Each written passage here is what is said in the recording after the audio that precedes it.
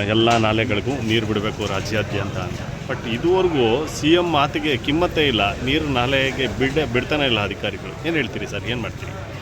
ಇವತ್ತು ಎಂಥ ಪರಿಸ್ಥಿತಿ ಒದಗಿ ಬಂದಿದೆ ಕರ್ನಾಟಕ ರಾಜ್ಯಕ್ಕೆ ಅನ್ನೋದಕ್ಕೆ ಇದೊಂದು ಸ್ಪಷ್ಟ ನಿದರ್ಶನ.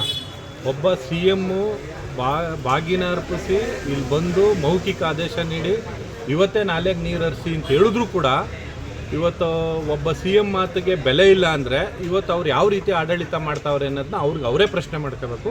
ಅಂಥ ಪರಿಸ್ಥಿತಿ ಇವತ್ತು ನಮ್ಮ ರಾಜ್ಯಕ್ಕೆ ಒದಗಿ ಬಂದಿದೆ. ನಾನು ಇಷ್ಟು ಮಾತ್ರ ಈ ಸಂದರ್ಭದಲ್ಲಿ ಹೇಳೋಕ್ಕೆ ಇಷ್ಟಪಡ್ತೇನೆ. ನಮ್ಮ ಮಂಡ್ಯ ಜಿಲ್ಲೆ ಕೃಷಿ ಪ್ರಧಾನ ಜಿಲ್ಲೆ. ಇವತ್ತು ಸರಿಸುಮಾರು 969 ಕೆರೆಗಳು ನಮ್ಮ ಕಾವೇರಿ ಜಲಾನಯನ ಪ್ರದೇಶದಲ್ಲಿದ್ದಾವೆ.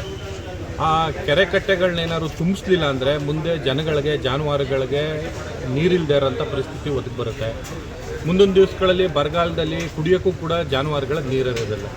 ಆ ದೃಷ್ಟಿಯಿಂದ ಇವತ್ತು ನಾನು ಇಲ್ಲಿಯ ಕೃಷಿ ಸಚಿವರಾದ ಚೆಲುವಣ್ಣವ್ರನ್ನ ಒತ್ತಾಯ ಮಾಡ್ತೇನೆ. ಇವತ್ತು ನಾಳೆ ನಾಡ್ದು 3 ದಿವಸ ಗಡುವು. ಇವತ್ತು ಮಂಗಳವಾರ, ಬುಧವಾರ, ಗುರುವಾರ, ಈ 3 ದಿವಸದೊಳಗಡೆ ಏನಾದರೂ ನೀವು ಗುರುವಾರ, ಶುಕ್ರವಾರ 3 ದಿವಸದೊಳಗಡೆ ಏನಾದರೂ ನೀವು ನಾಲೆಗೆ ನೀರು ಹರಿಸಲಿಲ್ಲ ಅಂದರೆ ನಾವು ಕಾವೇರಿ ಜಲಾನಯದ ಏನು ಆಫೀಸ್ ಇದೆ ಅಲ್ಲಿ ಎಲ್ಲ ಎಮ್ಮೆ, ಹಸು, ಕರು, ಕೋಳಿ ಎಲ್ಲರನ್ನೂ ತಗೊಂಡು ಆಫೀಸ್ಗೆ ಬೀಗ ಜಡಿ ಅಂತ ಕೆಲಸವನ್ನು ಮಾಡ್ತೀವಿ.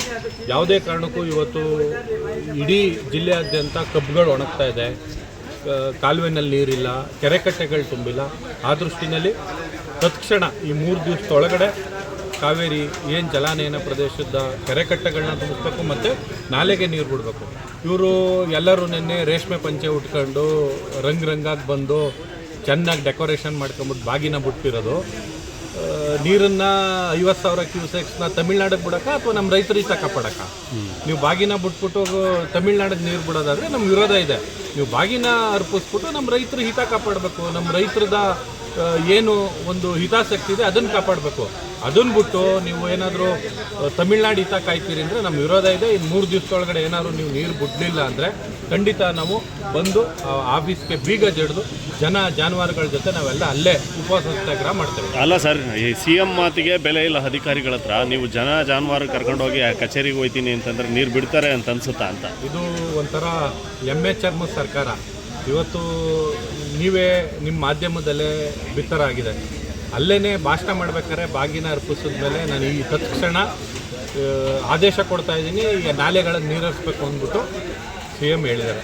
CM ಹೇಳಿ ಎಷ್ಟು ಗಂಟೆಗಳಾಯಿತು, ಇನ್ನೂ ಕೂಡ ನೀರು ಹರಿಸೋಂಥ ಕೆಲಸನ ಅಧಿಕಾರಿಗಳು ಮಾಡಿಲ್ಲ. ಅಂದರೆ ಈ ಅಧಿಕಾರಿಗಳು ಈ ರಾಜ್ಯ ಸರ್ಕಾರದ ಮುಖ್ಯಮಂತ್ರಿ ಮಾತುಗಳನ್ನ ಕೇಳ್ತಾ ಇಲ್ಲ ಅನ್ನೋದಕ್ಕೆ ಇದೊಂದು ಸ್ಪಷ್ಟ ನಿದರ್ಶನ. ಆ ದೃಷ್ಟಿಯಿಂದ ನಾವು ಇವ್ರನ್ನ ಬರೀ ಧಿಕ್ಕಾರ ಮಾಡಿದ್ರೆ ಅಥವಾ ಪ್ರತಿಭಟನೆ ಮಾಡಿದ್ರೆ ಇವ್ರು ಕೇಳೋಂತಾರಲ್ಲ. ಅದಕ್ಕೇನು ಉತ್ತರ ಕೊಡಬೇಕೋ ಆ ಉತ್ತರವನ್ನು ನಾವು ಭಾರತೀಯ ಜನತಾ ಪಾರ್ಟಿಯಾಗಿ ನಾವು ಕೊಡ್ತೇವೆ. ಈ 3 ದಿನ